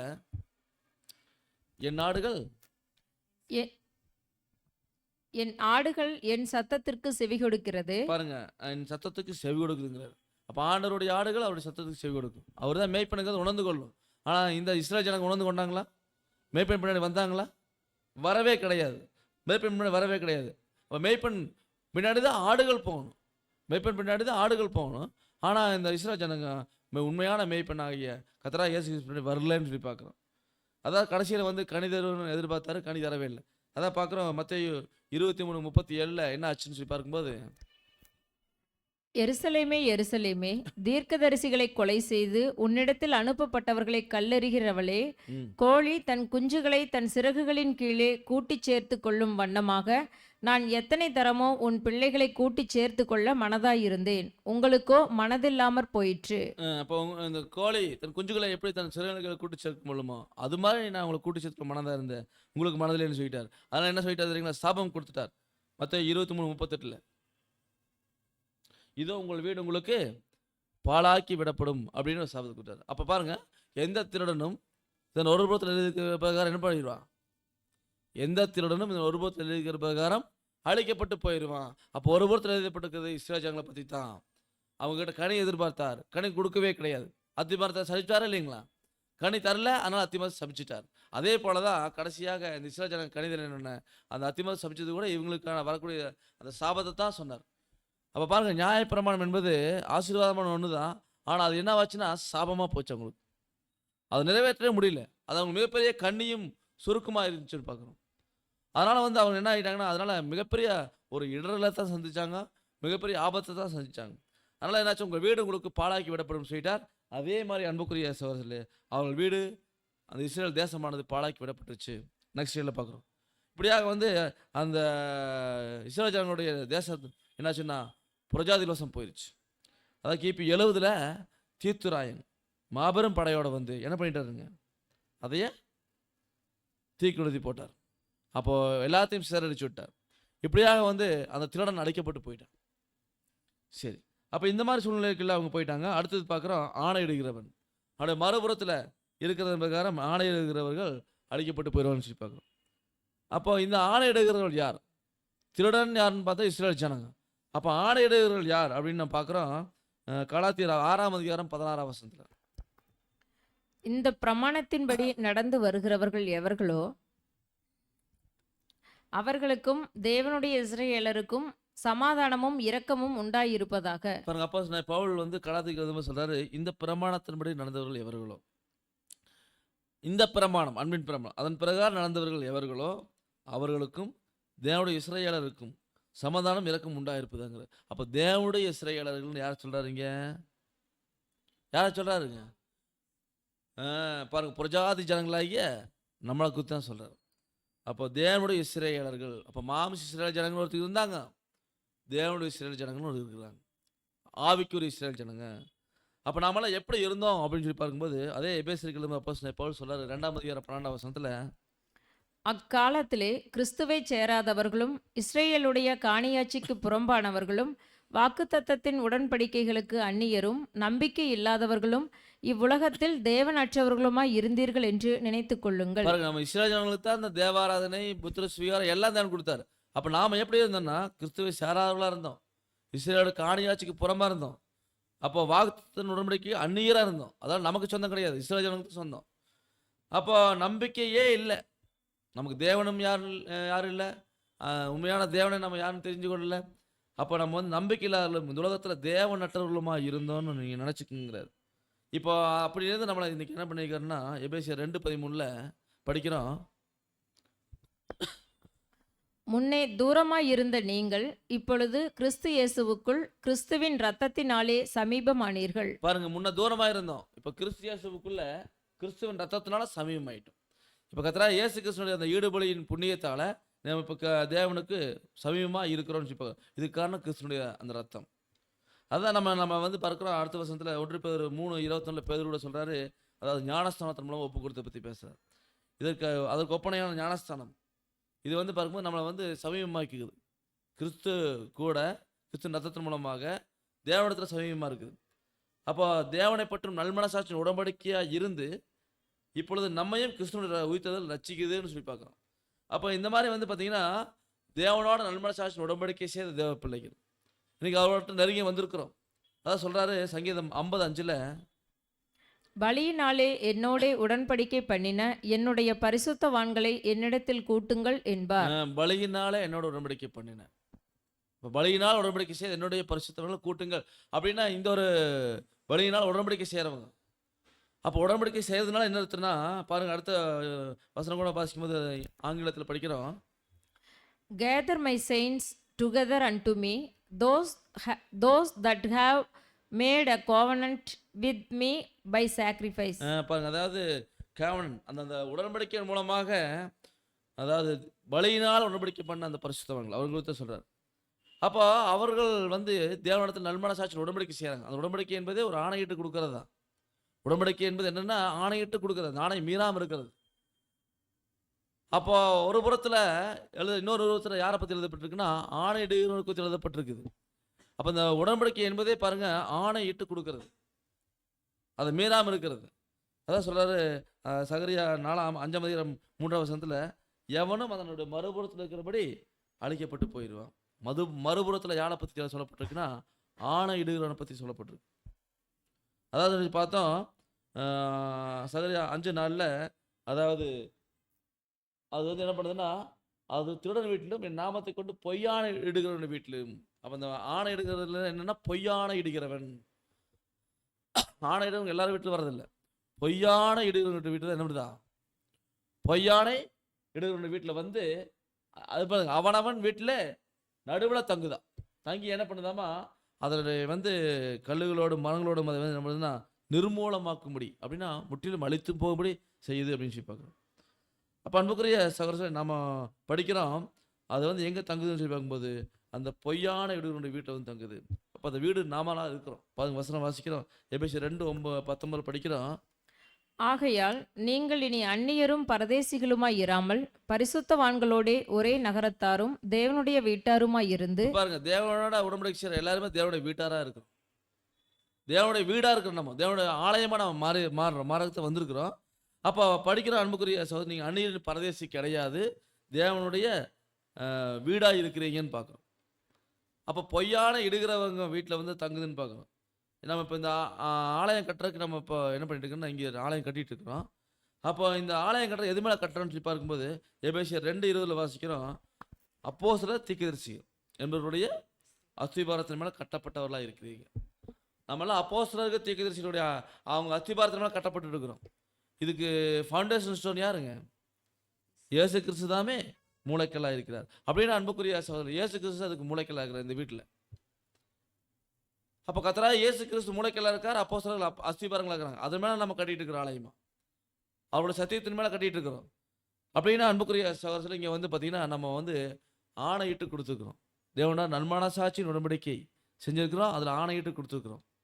அப்போ அந்த ஆணையிடுகிற நம்ம வந்து பொய்யான இடுகிற வீட்டில் தான் தங்குங்கிறார். அப்போ பொய்யான இடக்கூடாது. ஏன்னா இப்போ நம்ம வாசிக்கிறோம் 1 பேர் 4:17 வாசிக்கிறோம், நியாயத்தீர்ப்பு தேவனுடைய வீட்டிலே துவக்கும் காலமாய் இருக்கிறது. இப்போ நியாய தீர்ப்பு தேவனுடைய வீட்டில் துவங்கும் காலமாக இருக்குது. அடுத்து வாசிங்க. முந்தி நம்மிடத்திலே அது துவக்கினால் தேவனுடைய சுவிசேஷத்திற்கு கீழ்ப்படியாதவர்களின் முடிவு என்னமாய் இருக்கும். இப்போ நியாய தீர்ப்பு தேவனுடைய வீட்டில் துவங்குகிற காலமாக இருக்குதுன்னு சொல்லிட்டு, இப்போ இந்த காலம் எப்பேற்பட்ட காலமா? இப்போ நான் இப்போ பேதுரு அப்போ எழுதுறாரு, அங்கே பிறந்ததோ இல்லையோ இங்கே பிறந்தது. நியாய தீர்ப்பு தேவனுடைய வீட்டில் துவங்குகிற காலமாக இருக்கிறது. முந்தி நம்மிடத்தில் அது துவங்கினால் தேவனுடைய சுவிசேஷ கீழ்ப்படியாதவர்கள், அந்த கீழ்ப்படியாதவங்க தான் யாருன்னா பொய்யான இடுகிறவர்கள். இந்த பொய்யான இடுகிறவர்கள் முடிவு என்னமா இருக்கும் அப்படிங்கிறார். ஏன்னா அவங்களுக்கு ஒரு அழிவுதான் வரும் அப்படிங்கிறார். அப்போ பார்க்குறோம், இப்போ நியாய தீர்ப்பு துவங்கக்கூடிய காலத்தில் இருக்கிறோம். அதாவது 11ஆம் மணி வேலை.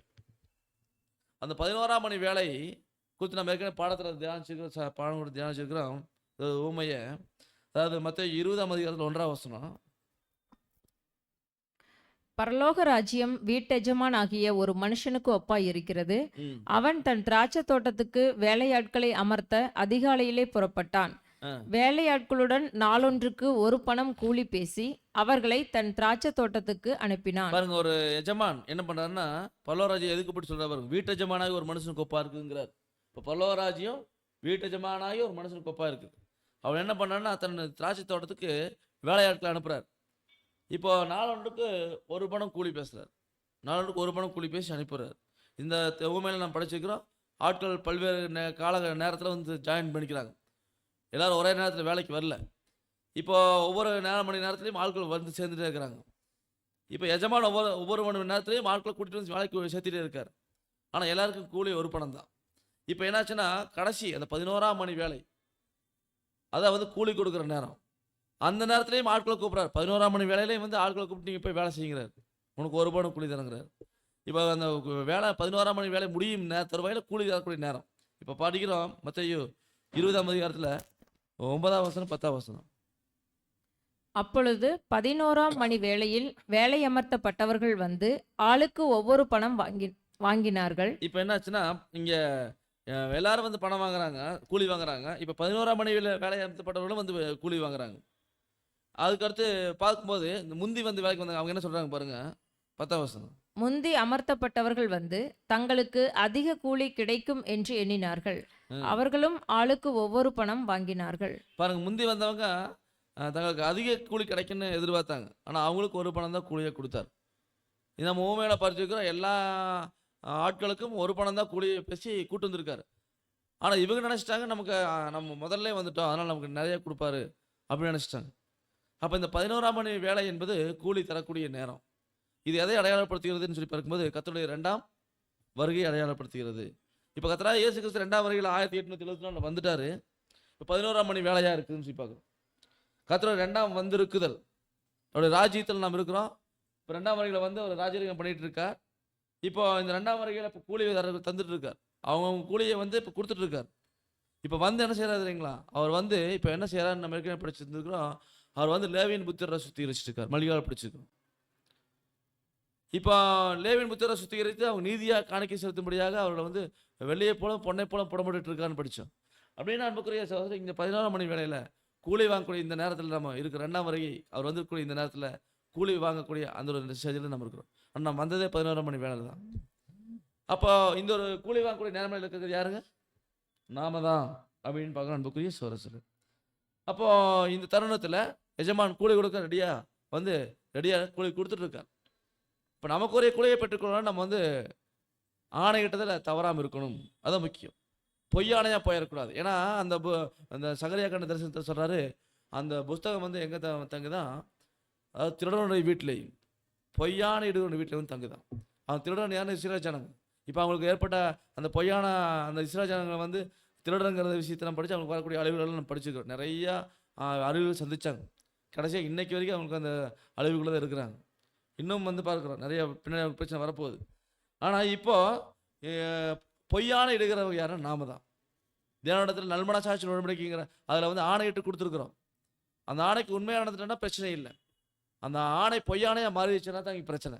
என்ன வந்துறீங்களா, அங்கே என்ன நடக்குன்னு சொல்கிறார் பாருங்க, நமக்கு ஒரு அழிவு தான் கிடைக்குங்கிறார். அதாவது பிரசங்கி 5ஆம் அதிகாரம் 4ஆம் வசனத்தை படிக்கிறோம். நீ தேவனுக்கு ஒரு பொருத்தனை பண்ணி கொண்டால் அதை செலுத்த தாமதியாதே, அவர் மூடரில் பிரியப்படுகிறதில்லை, நீ நேர்ந்து கொண்டதை செய். அப்போ தேவனுக்கு ஒரு பொருத்தனை பண்ணிட்டு அதை செலுத்த தாமதியாதேன்னு சொல்றாரு. ஏன்னா மூடர்கள் தான் சொல்லுவாங்க, செய்ய மாட்டாங்க. அப்போ மூடர்கள் என்ன பண்ணுவாங்கன்னா அவங்க ஆணையிடுவாங்க, ஆனால் அதை வந்து நிறைவேற்ற மாட்டாங்க. அது பொய்யானையாக போயிடும். அந்த மூடரின் பேரில் தேவன் பிரியப்பட மாட்டார். நீ நேர்ந்து கொண்டதை செய்யுங்கிறார். இப்போ நம்ம எல்லாமே தேவனுக்கு பொருத்தனை செஞ்சுருக்கிறோம், ஆணையிட்டு கொடுத்துருக்குறோம். அந்த ஆணையிட்டு கொடுத்தது பொய்யானையாக மாறி இருக்கக்கூடாது. அப்போ பொய்யானையாக மாறினதை நமக்கு சிக்கல்னு சொல்லி பார்க்குறோம். ஏன்னா நம்மளால் எப்பேற்பட்ட அழைப்புகள் வந்திருக்கிறோம்னா, அப்போ எப்போ எபிரேயர்கள் சொல்றாரு 3ஆம் அதிகாரம் 3ஆம் வசனத்தில், இப்படி இருக்க பரம அழைப்புக்கு பங்குள்ளவர்களாகிய பரிசுத்த சகோதரரே, நாம் அறிக்கை பண்ணுகிற அப்போஸ்தலரும் பிரதான ஆசாரியருமாய் இருக்கிற கிறிஸ்து இயேசுவை கவனித்து பாருங்கள். அதாவது பரம அழைப்புக்கு பங்குள்ளவர்கள் நாம தான். இந்த பரம அழைப்புக்குள்ள பங்குக்குள்ள வந்து நம்ம கர்த்தராகிய இயேசு கிறிஸ்துவை நம்ம கவனிச்சு பார்க்கணுங்கிறார். அவர் ஆணையிட்டதில் தவறவே கிடையாது. இதோ உமக்கு பிரியமான செய்ய வர்றேன், புத்தக சொல்ல என்னை குறித்து எழுதப்பட்டிருக்குன்னு சொல்லி வந்தார். பொய்யானையா போகல, ஆணையிட்டதில் முற்றிலும் நிறைவேற்றி முடிச்சு போனார். இப்போ நாம எப்படி இருக்கணும்னு பார்க்கும்போது 1 கொரிந்தியர் 3ஆம் அதிகாரம் 9ஆம் வசனத்தில், நாங்கள் தேவனுக்கு உடன் வேலையாட்களாய் இருக்கிறோம், நீங்கள் தேவனுடைய பண்ணையும் தேவனுடைய மாளிகையுமாய் இருக்கிறீர்கள். பாருங்க, நாமெல்லாம் தேவனுக்கு உடன் வேலையாட்களா இருக்கிறோம். நீங்கள் நம்மளை தான் சொல்றாரு, தேவனுடைய பண்ணையா இருக்கிறோங்கிறார், தேவனுடைய மாளிகையா இருக்கிறோங்கிற. அப்போ நம்ம தேவனுடைய வீடா இருக்கிறோம், மாளிகையா இருக்கிறோம். அப்போ அப்போ பவுல் கூட சொல்றாரு பாருங்க, அவர் எப்படி கட்டணுங்கிறத 1 கொரிந்தியர் 3ஆம் அதிகாரம் 10ஆம் வசனத்தில்,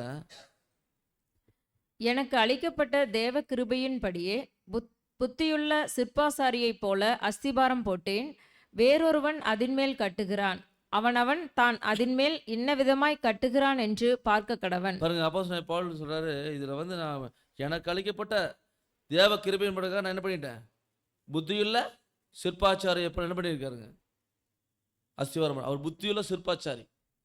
அந்த அஸ்திவாரத்தை எப்படி போட்டிருக்காருன்னா பாருங்க, அவர் எழுத நிருபங்கள் தான் நம்ம படித்து தியானிச்சுட்டு இருக்கோம்.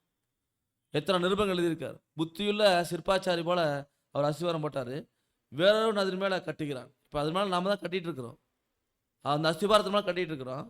அவனவன் தான் அதன் மேல் இன்ன விதமாக கட்டுகிறான் என்று பார்க்கணுங்கிறார். இப்போ நம்ம எதை மாதிரி கட்டுறோம்? ஏனென்றால் அன்புக்குரிய சகோதரர், நம்ம அந்த அஸ்திபாரம் எப்படி இருக்கோ அது மாதிரி தான் பில்டிங் அமையணும். வேறு விதமாக அமைஞ்சதுன்னா என்ன, பில்டிங் வந்து நிற்காது. வேறு எதுவும் போட முடியும். ப்ளூ பிரிண்ட் இருக்கிற பிரகாரம் தான் போட முடியும். ப்ளூ பிரிண்ட் மாறி போட்டால் அஸ்திபாரம் போடுறதுக்கு அதே சேஃப்டி மேலே வரணும். மாறி போட்டால் ஒன்றுமே பண்ண முடியாது. அதான் சொல்கிறார், அவனவன் தான் அதன் மேல் என்ன விதமாக கட்டுறான்னு நீங்கள் பார்த்துக்குங்கிறார். அடுத்து சொல்கிறார் பாருங்க, 1 Corinthians 3:11 போடப்பட்டிருக்கிற அஸ்திபாரமாகிய இயேசு கிறிஸ்துவை அல்லாமல் வேறே அஸ்திபாரத்தை போட ஒருவனாலும் கூடாது. அந்த அஸ்திபாரம் அப்போஸ்தலர்கள் யார் மேலே போட்டாங்க? இயேசு கிறிஸ்து. இப்போ கர்த்தராகிய இயேசு கிறிஸ்து அஸ்திபாரம் போட்டார், அதன் மேலே அப்போஸ்தலர்கள் கட்டினாங்க, அவங்களும் அஸ்திபாரம் ஆக்குறாங்க. அதன் மேலே நாம கட்டிட்டு இருக்கிறோம். இப்போ போடப்பட்டிருக்கிற அஸ்திபாரமாக இயேசு கிறிஸ்துவே அல்லாமல் வேறு அஸ்திபாரத்தை போட ஒரு நாளும் கூடாதுன்றார். அப்போ அன்புக்குரிய சகோதரர்களே, பில்டிங் பிளான் பிரகாரமாக கர்த்தராகிய இயேசு கிறிஸ்து தான் மூளைக்கல்லாக இருக்கிறாரு. பாருங்க, இந்த பில்டிங்கில் அந்த எப்படி அந்த அஸ்திபாரம் இருக்குதோ அதன் பிரகாரம் தான் அந்த பில்டிங்குடைய கடைசி வரைக்கும் வரணும். அப்போ தான் ஸ்ட்ராங்காக இருக்குன்னு சொல்லி பார்க்குறோம்.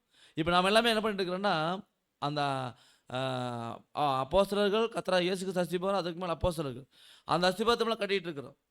இப்போ நம்ம எப்படி வேணாலும் கட்டலாம். ஆனால் அந்த அந்த பில்டிங் பிளானுக்கு உட்பட்டு தான் நம்ம கட்டணும்னு சொல்லி பார்க்குறோம். இப்போ நம்ம எல்லாமே ஆலயமாக மாறுறதுக்காக வந்திருக்கிறோம், ஆலயம் மாறிக்கொண்டிருக்கிறோம். அது மேலே நம்ம எப்படி வேணாலும் கட்டலாம். ஒரு பில்டிங்கை நம்ம கட்டுற முடிவெடுத்து வேலையை ஆரம்பிச்சுட்டு நம்ம எந்த மாதிரி வேணாலும் நம்ம போடலாம். ஆஸ்பிரிக் போடலாம், செங்கல் போடலாம், ஆலோபிளாக் கல் போடலாம். இது பல விதமான கற்கள்லாம் இருக்குது. அது எப்படி வேணாலும் வச்சு கட்டலாம். அதான் சொல்கிறார் பாருங்க அப்போஸ்தலன் பவுல் 1 Corinthians 3:12 ஒருவன் அந்த அஸ்திபாரத்தின் மேல் பொன், வெள்ளி, விலையேறப்பெற்ற கல், மரம், புல், வைக்கோல் ஆகிய இவைகளை கட்டினால், பாருங்க, அந்த அஸ்திபாரத்துக்கு மேலே என்ன வேணாலும் வச்சு கட்டலாம். அவனவன் எப்படி கட்டுறான்னு பார்த்துக்கிட்டாரு. பொன்னால் கட்டலாம், வெள்ளினால் கட்டலாம், விலையேறப்பட்ட கல்னால் கட்டலாம், மரம், புல், வைக்கோல் எதை வேணாலும் வச்சு கட்டலாம். பில்டிங் வந்துடும். அஸ்திபாரத்து மேலே ஒரு அஸ்திபாரம் போடுறோம், அது மேலே மரத்தை வச்சு கூட கட்டலாம். வைக்கப்புல் கூட வச்சு கட்டி மேலே பில்டிங் ஒரு குடிசை மாதிரி கூட போடலாம். எப்படி வேணாலும் பண்ணலாம். ஆனால் சொல்கிறாரு பாருங்க, அடுத்த வசனத்தில் 13ஆம் வசனத்தில், அவனவனுடைய வேலைப்பாடு வெளியாகும், நாளானது அதை விளங்க பண்ணும், ஏனெனில் அது அக்கினியிலே வெளிப்படுத்தப்படும். அவனவனுடைய வேலைப்பாடு எத்தன்மை உள்ளதென்று அக்கினியானது பரிசோதிக்கும். பாருங்க, இங்கே சொல்கிறாரு அவனவனுடைய வேலைப்பாடு வெளியாகும்ட்டார். இங்கே இப்போ வந்து கடைசி நாட்களில் கர்த்தருடைய 2ஆம் வந்திருக்கிற நாட்களில் ஆலயம் கட்டிகிட்டு இருக்கிறோம், நம்ம ஆலயமாக மாறிட்டு இருக்கிறோம். இப்போ நம்மளுடைய வேலைப்பாடு என்னென்னா, இங்கே எந்த மாதிரி வேலைப்பாடு உள்ள கற்களை வச்சு கட்டுறோம். நம்ம வீடு ஒன்று கட்டணுன்னா நம்ம எல்லாமே பெஸ்ட்டாக தான் பண்ணுவோம். பண்ண மாட்டாங்களா? நம்ம வீடு கட்டினா, நமக்குன்னு ஒரு சொந்த வீடு கட்டணும்னு வச்சுக்கோங்களேன், நம்ம அதை எப்படி கட்டுவோம்? அதாவது அதில் போடக்கூடிய ஒவ்வொரு பொருளுமே பார்த்து வாங்குவோம். எப்படி? இத்தனை கடைக்கு, ஒரு கடைக்கு 10 கடை ஏறி இறங்கி, ஜன்னல் எடுத்தாலும் சரி, கதவு எடுத்தாலும் சரி, ஒவ்வொரு பொருளும் சிமெண்ட்டாகட்டும், இரும்பாகட்டும், அதில் செங்கல் ஆகட்டும், செங்கல் கூட நம்ம எந்த செங்கல் பெஸ்ட்டான செங்கல், எந்த சிமெண்ட்டு பெஸ்ட்டான சிமெண்ட்டு, எல்லாம் பார்த்து தான் நம்ம வாங்குகிறோம். ஆனால் அதே நேரத்தில் வந்து இந்த கான்ட்ராக்ட் விடுறாங்க பாருங்க, ஒரு சில ஒரு வேலைகளுக்கு டெண்டர் ரோடு கட்டுறாங்க. அதெல்லாம் எப்படி கட்டுவாங்க? சிமெண்ட்டே போட மாட்டாங்க, மண்ணை வச்சே என்ன பண்ணிடுவாங்க, கட்டிடுவாங்க. அதெல்லாம் என்ன ஆகுங்க? நிறைய பார்க்குறோம் நம்ம. ஒரு சில பில்டிங்கெல்லாம் வந்து கட்டி கூட முடிக்கல, என்ன ஆகுதுங்க, அப்படியே இடிஞ்சு தரமட்டமாயிருது. அதனால் வேலைப்பாடுகள் எந்த அளவில் இருக்குதுன்னு பார்த்துக்குங்க. அப்போ வேலைப்பாடுகளில் எந்த அளவில் அது போட்டு பொருட்கள் எவ்வளோ தரமட்ட பொருள் போட்டிருப்பாங்க. அதான் சொல்கிறாரு, அவனவன் அந்த அஸ்திபாரத்து மேலே எப்படி வேணும் கட்டலாம், ஆனால் அவனோட வேலைப்பாடு வெளியாகுங்கிறார். ஒரு நாள் வெளியாகுங்கிறார். அப்போ அந்த வேலைப்பாடு வெளியாகக்கூடிய நாளில் தான் நாம் இருக்கிறோம். அதை நம்ம கவனிக்கணும். நாளானது அதை விளங்க பண்ணுங்கிறார். அதாவது நாளானது அதை விளங்க பண்ணிருந்தார். அந்த நாள் ஏற்ற நாள். இப்போ கர்த்தருடைய நாள் இருக்கிறோம். எந்த நாள்? அவருடைய நாள். அந்த நாள் கர்த்தருடைய நாளுக்குள்ள இருக்கிறோம். நாளானது அதை விளங்கப்படுங்கிறார். ஏனெனில் அது அக்கினியினால் வெளிப்படுத்தப்படும். ஒரு அக்கினி அப்படின்னு என்ன குறிக்குது? அக்கினி வந்து அதை வெளிப்படுத்தணுங்கிறார். அது எத்தன்மையுடையது அப்படிங்கிறத அந்த அக்கினி பரிசோதிக்கும் அப்படிங்கிறார். அப்போ பொன்னால் பாருங்க, பொண்ணு வந்து பொன்னால் கட்டணுன்னா என்ன ஆகுன்னு சொல்லி பார்க்கும்போது அந்த பொன்னானது என்ன ஆகுது தெரியுங்களா, அந்த தீயில எரியும் பொழுது ஜுவாலிக்கு. வெள்ளினால் கட்டினாலும் சரி, பொண்ணு தீயில வச்சா அது எச்சா தான் ஜொலிக்கு. வெள்ளியும் அதே மாதிரி ஜொலிக்கு. விளையாடப்பட்ட கல் ஒன்றுமே ஆகாது, அதுவும் நல்லா ஜொலிக்கும். ஆனால் மரத்தால் கட்டின என்ன ஆகும்?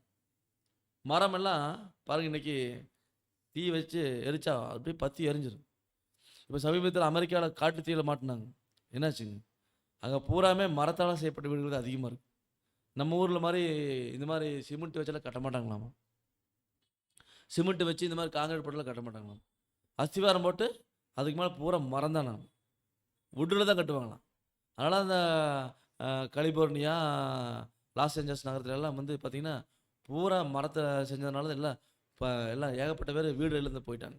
அப்போ இந்த மரத்தால் கட்டப்பட்ட வீடுகள் என்ன ஆகுதுன்னா, மரம், வைக்கோல், அடுத்த சைடில் வைக்கோல், புல். இப்போ வைக்கோல் கட்டப்பட்டது இப்படி தான் இருக்குது, புல்லால் கட்டப்பட்டது. இங்கே என்ன பண்ணிட்டோம், ஒவ்வொரு வகையான இதில் கட்டிகிட்டு இருக்கிறோம், அவ்வளோதான்.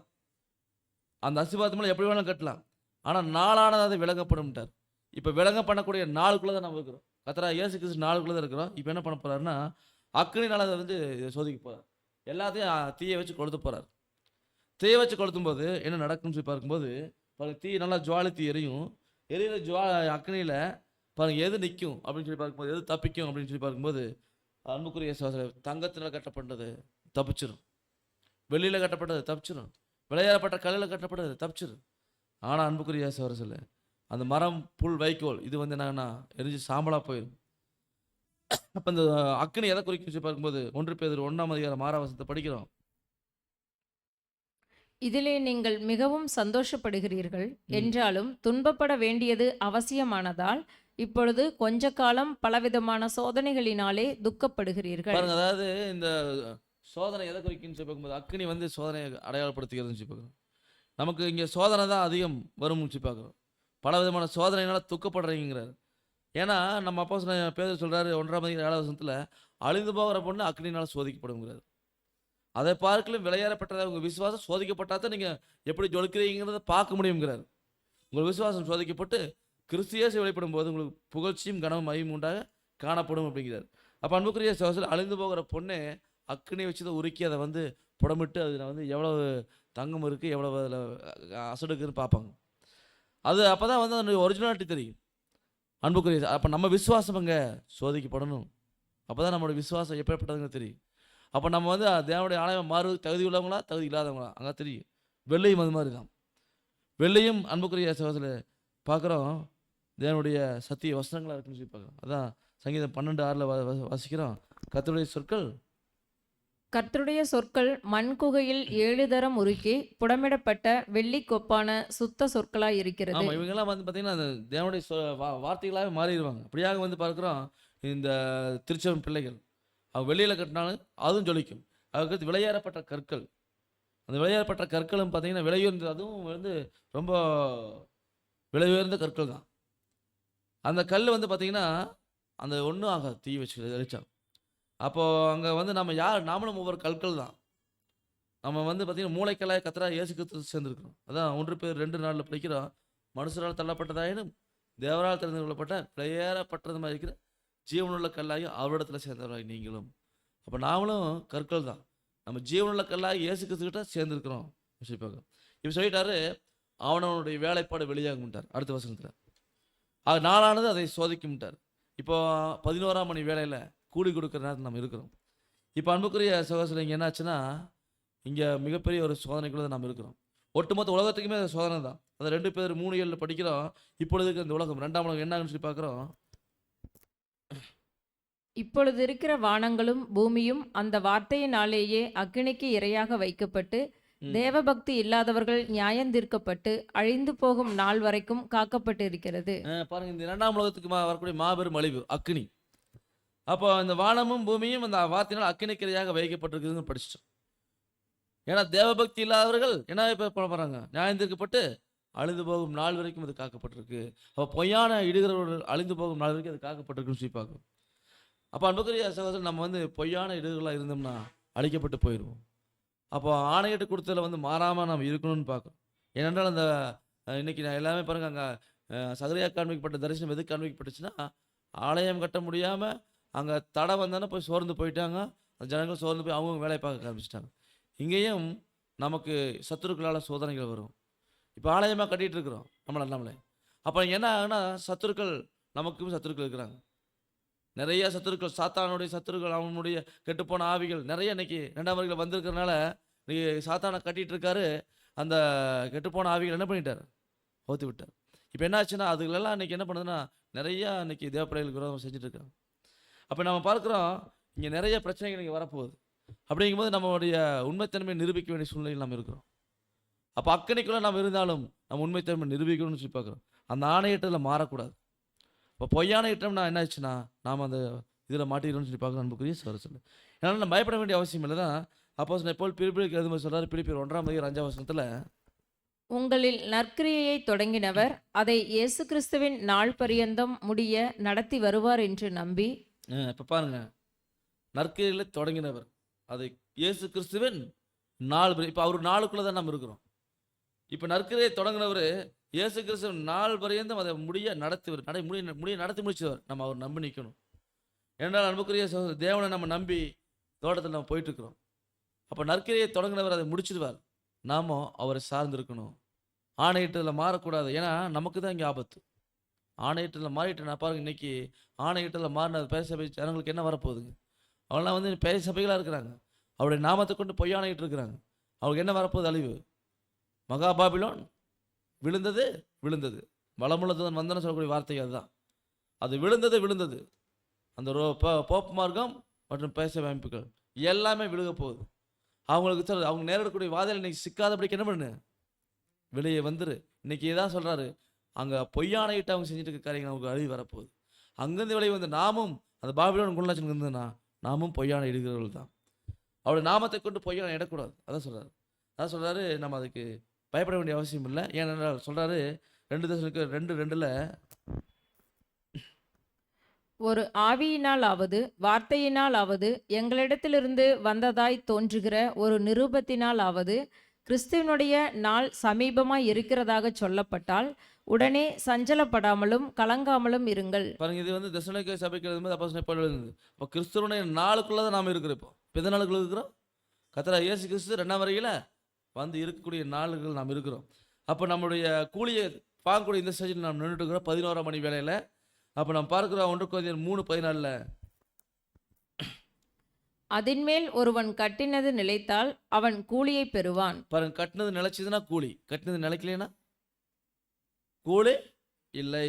அப்போ அன்புக்குரிய சகோதரர்களே, நம்ம வந்து எந்த அந்த அஸ்திபாரத்து மேலே கட்டப்பட்ட கட்டடங்கள் வித்தியாசம் இருக்குது. தங்கத்தில் கட்டிக்கிறாங்க, வெள்ளியில் கட்டிக்கிறாங்க, விலையேறப்பட்ட கல்லில் கட்டிக்கிறாங்க, மரம், வைக்கோல், புல், 6 வகையான கட்டணம் அங்கே பொருளை வச்சு கட்டிக்கிறாங்க. அப்போ கட்டினது நிலைச்சதுன்னா கூலியை பெறலாம். அப்போ கூலி என்னென்னு தெரியுங்களா? அதான் ரோமக்கிழமை அப்போ சொல்கிறாரு, ரோமர் 2:6 தேவன் அவனவனுடைய கிரியைகளுக்கு தக்கதாய் அவனவனுக்கு பலனளிப்பார். அவனவன் கிரியைக்கு தக்கதாங்க. நம்ம என்னென்ன கிரியை செய்கிறோமோ இந்த ஓட்டத்தில் நொறுமணிக்கு செஞ்சுட்டு இந்த ஓட்டத்தில் போய் கிறிஸ்துவின் சரீரமாக மாறலான்னு அவர் சபையாக மாறலான்னு ஓடிட்டு இருக்கிறோம்லங்க. இங்கே நமக்கு கிரியை தக்கதான பலன் தான் கொடுக்குறாரு. அப்போ சோர்ந்து போகாமல் நற்கிரியை செஞ்சோன்னா நமக்கு மகிமை கனம் அழியாமையை கொடுப்பார், நித்திய ஜீவன் கொடுப்பார். அப்போ இந்த ஒரு வாய்ப்புக்குள்ள வரவங்க யாருன்னா அன்புக்குரிய அடுத்த சைடில் 1,44,000 பேர். அப்போ அன்புக்குரிய சகோதரர், நாம தான் திருச்சென் பிள்ளைகள். அப்போ நமக்கு தான் அந்த வாய்ப்பு, கூலி மிகப்பெரிய ஆசீர்வாதத்தை கொடுக்க போகிறார். அப்போ உலகத்துக்கே ராஜாக்களும் ஆசிரியர்களும் ஆகக்கூடிய அந்த மகிமை கனம் அழியாமையை பாருங்கள், அந்த டிவைன் நேச்சரை நம்ம பெற்றுக்கொள்ள போகிறோம். அதனால தான் நமக்கு இந்த சூழ்நிலையில் இங்கே வந்து பற்றி எறிகிற அக்கினி. அதான் அப்போஸ்தலன் பேதுரு சொல்ற 1 Peter 4:12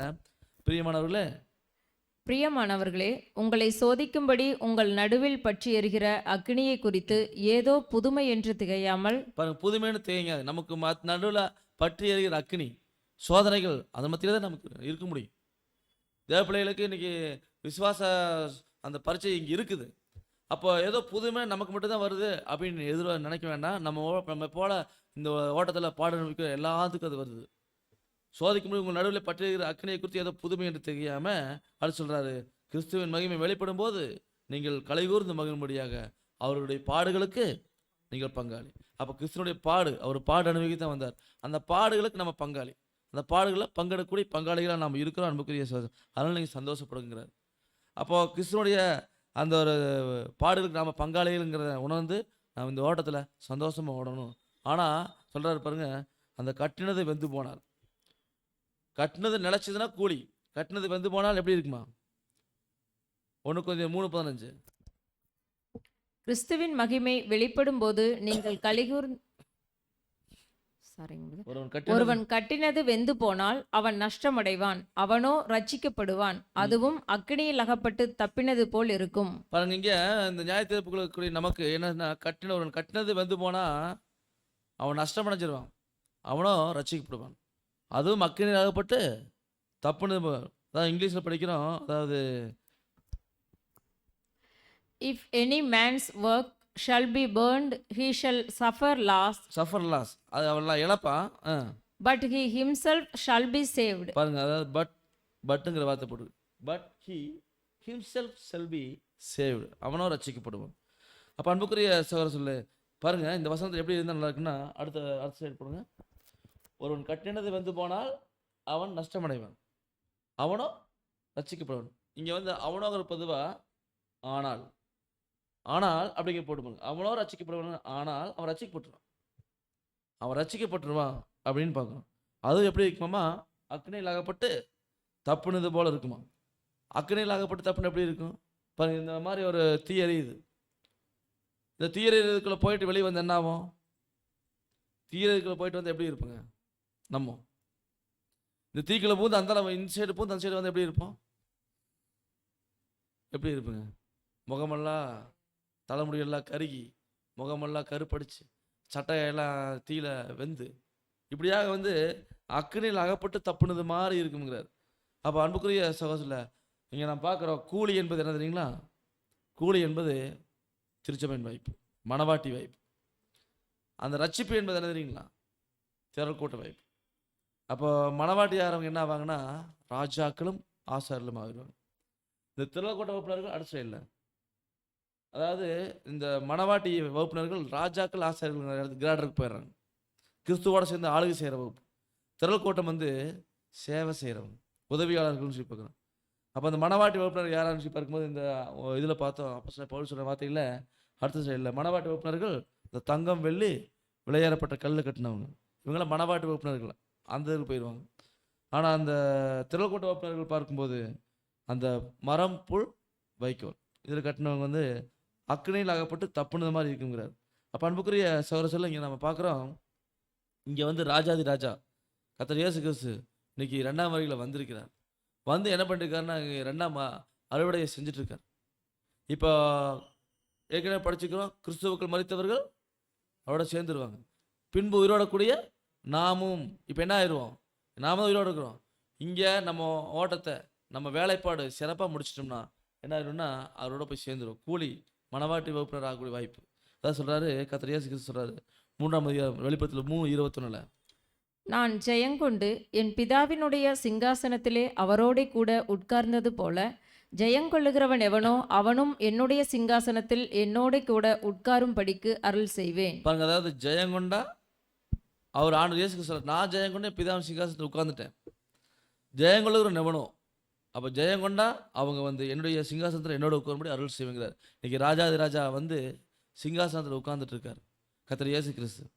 இப்போ நமக்கு என்ன சொல்கிறாருன்னா, நீங்கள் ஜெயங்கொள்ளுங்க, இந்த சிங்காசனத்தில் உட்காரருக்கு உங்களுக்கு வாய்ப்பு தரங்கிறார். இப்போ பொய்யான எடுக்கிறோம் நாம் இருந்தோம்னா என்ன ஆயிரும்னா, இந்த சிங்காசனத்தில் உட்கார முடியாது. அவங்க 2ஆம் இடத்துல போகக்கூடிய வகுப்பினர்கள், அதுவும் இந்த அக்னியில் அகப்பட்டு தப்புன்னு திரள்கூட்ட வகுப்பினர்கள், அவங்களுக்கு அந்த வாய்ப்பு ஏதோ அவங்க தப்பி அந்த சேவை செய்கிற வாய்ப்புக்கு வந்துடுவாங்க. ஆனால் பொய்யான எடுக்கிறவன் என்ன ஆயிரும்னு சொல்லி பார்த்தாங்க, பொய்யான எடுக்கிறவன் அழிக்கப்பட்டு போயிடுவான், 2ஆம் மரணத்துக்கு போயிடுவான்னு சொல்லிப்பாங்க. அப்போ அன்புக்குரிய சகோதரர், இந்த பாடத்தில் நம்ம இன்னைக்கு கர்த்தர் இயேசு கிறிஸ்து 2ஆம் வருகையில் வந்து அவருடைய ஆலயத்தை கட்டிகிட்டு இருக்கார். இங்கே நம்ம பொய்யான நெடுவில் இருந்தோம்னா அந்த வாய்ப்புக்குள்ளே போக முடியாது. ஜெயங்கொள்ள வகுப்பாராக இருந்தோம்னா அவர் சிங்காசனத்தில் உட்கார முடியும், ஆளுகை செய்ய முடிய வாய்ப்பை கொடுக்க ரெடியாக இருக்கார். இன்றைக்கி வந்து 11ஆம் மணி வேலையில் நம்ம தான் வந்திருக்கிறோம். கூலி ஒரு பணம்னு பேசியிருக்கிறாரு. அந்த கூலி என்கிறது என்னென்னு பார்த்துட்டோன்னா திருச்சபை வாய்ப்பு. அதை நம்ம சுதந்திரத்துக்கொள்ளாததும் நம்ம கையில் தான் இருக்குது. இன்றைக்கி எஜமான் கூலி கொடுக்க ரெடியாக இருக்கார். பெற்றுக்கொள்ளாத நம்ம கையில் இருக்குது. அந்த கூடையை, அதாவது மணவாட்டி வகுப்பினருங்கிற அந்த வாய்ப்பை பெற்றுக்கொள்ள தேவன் தாமே நமக்கு கிருபை செய்து வழிநடத்துவாராக. பொறுமையோடு கேட்டவங்களையும் தேவன் தாமே ஆசீர்வதிப்பாராக. ஆமென்.